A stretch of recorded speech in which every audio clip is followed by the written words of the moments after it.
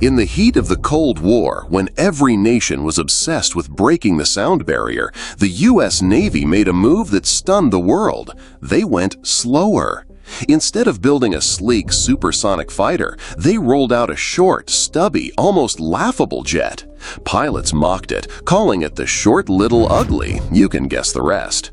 But this so-called embarrassment didn't just survive, it dominated. In Vietnam, it flew farther, hit harder, and proved tougher than many of the cutting-edge jets that cost 10 times more.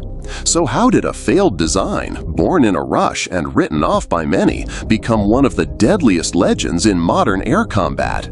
This is the story of the A-7 Corsair II, the jet that proved sometimes slower wins the war.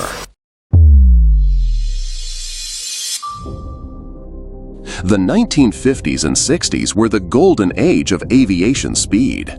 Every new jet seemed obsessed with one goal, breaking the sound barrier and then pushing even further. The U.S. Air Force rolled out record-breaking designs, while the Navy bet on sleek interceptors that could climb fast, fire fast, and disappear just as quickly. To the public, it looked like the future of air combat would be ruled entirely by supersonic monsters. Aircraft like the F-8 Crusader and the F-4 Phantom II were marvels of engineering, blazing through the skies at twice the speed of sound. They were loud, glamorous, and expensive. But behind the scenes, a serious problem was brewing. These cutting-edge jets were so complex and costly that they were becoming disposable. By the time one finally entered service, a newer and faster design was already on the drawing board.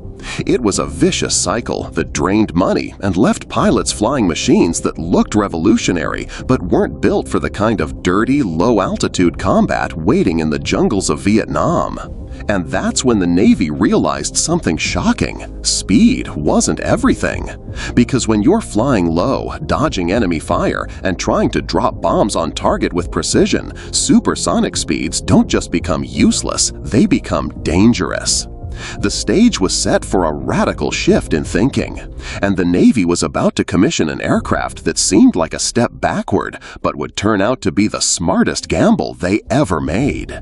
By the mid-1960s, the Vietnam War was exposing the brutal truth about modern air combat. The Navy's frontline workhorse, the A-4 Skyhawk, had been a dependable aircraft, but it was showing its age. Its small payload and limited range meant pilots often had to make multiple risky trips just to deliver enough firepower. In a war where missions stretched hundreds of miles and enemy fire was constant, this simply wasn't enough.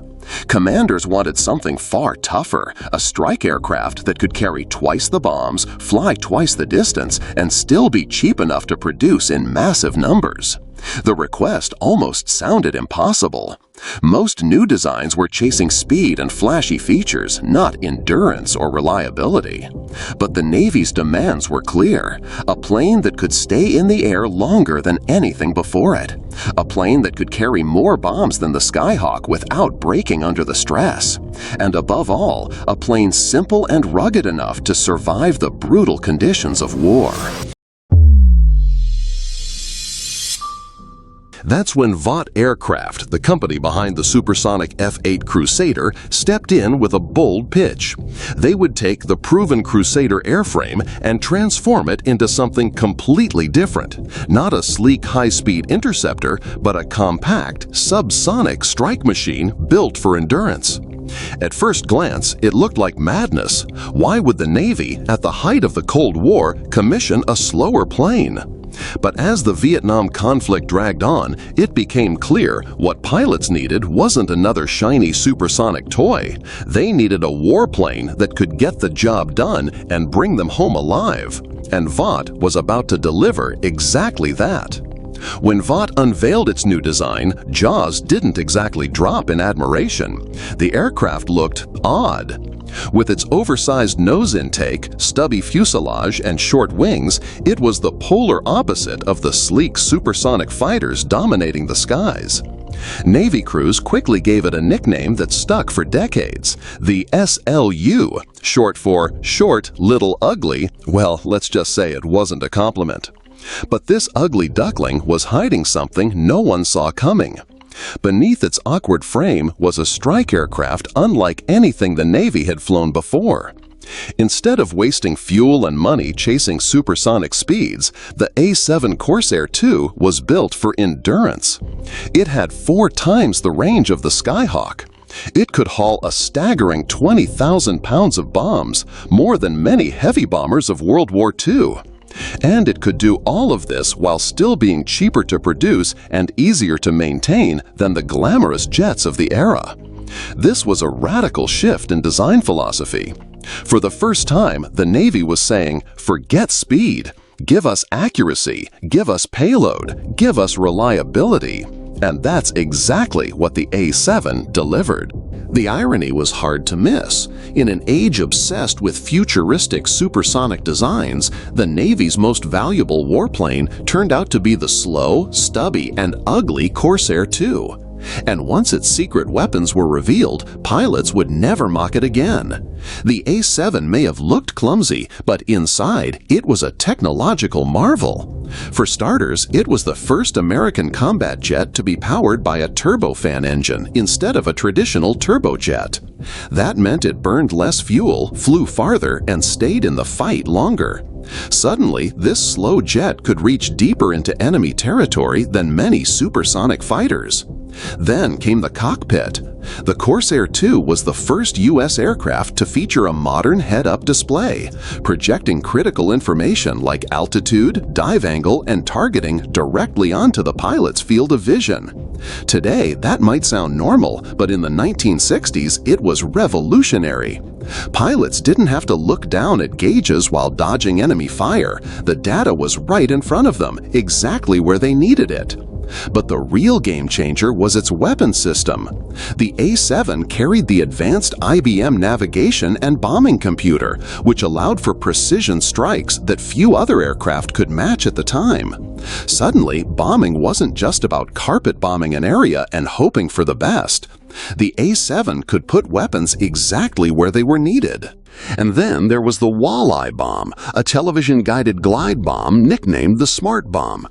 The pilot would lock onto a target using a small video screen in the cockpit, release the weapon, and then fly away while the bomb guided itself to the target. This was decades before GPS-guided munitions became standard. On top of that, the Corsair packed armor plating, triplicated hydraulic systems for redundancy, and even mounted Sidewinder missiles for self-defense. In other words, it was rugged, precise, and survivable, a true strike platform built to endure the toughest missions. So while it looked like an ugly throwback, the A-7 was quietly years ahead of its time. And the first time it went into combat, it shocked everyone. In May of 1970, the A-7 Corsair II flew into combat over the jungles of Vietnam. And almost immediately, it proved why the Navy had gambled on it. Its missions weren't glamorous dogfights or high-speed intercepts. Instead, the A-7 specialized in what mattered most in Vietnam: low-altitude strike runs. Flying just above the treetops, dodging enemy fire, and delivering precision bomb after precision bomb onto enemy positions. During Operation Linebacker and the mining of North Vietnamese ports in 1972, the A-7 became the Navy's reliable hammer. Pilots discovered that it was a dream to fly, stable, accurate, and forgiving, even during dangerous carrier landings. One veteran pilot, David Frosty Olson, put it bluntly: "As an attack aircraft, it was a very stable platform, and it handled nicely. But without an afterburner, we weren't winning any dogfights." Still, it was never meant to be a fighter. It was meant to put bombs on target, and it did that better than anything else. Pilots quickly fell in love with it because, unlike so many experimental jets of the era, the A-7 did exactly what it promised. It could stay in the air for hours, carry a massive payload, and deliver it with near pinpoint accuracy. The Navy had asked for twice the range and twice the firepower of the Skyhawk. The A-7 had delivered both and then some. But the biggest surprise wasn't just its accuracy or endurance. It was how incredibly survivable this ugly little jet turned out to be. By the end of the Vietnam War, the numbers spoke for themselves. The A-7 Corsair II had flown over 97,000 combat sorties, dropping more bombs with greater accuracy than almost any other Navy aircraft of the era. And here's the staggering part. Out of the hundreds of Corsairs sent into combat, only 54 were lost. For an aircraft that flew low and slow, exactly the kind of target enemy gunners dreamed of, its survival rate was almost unbelievable. Part of that came down to its rugged design. The A-7's reinforced armor, redundant systems, and reliable turbofan engine meant it could take a beating and still bring pilots home. The A-7 Corsair II may not have been the prettiest jet in the sky, but it proved something unforgettable. In war, reliability wins over glamour every time. And that's why this so-called ugly duckling became one of the Navy's deadliest weapons. Thanks for watching, and if you thought this story was surprising, wait until you see the next one.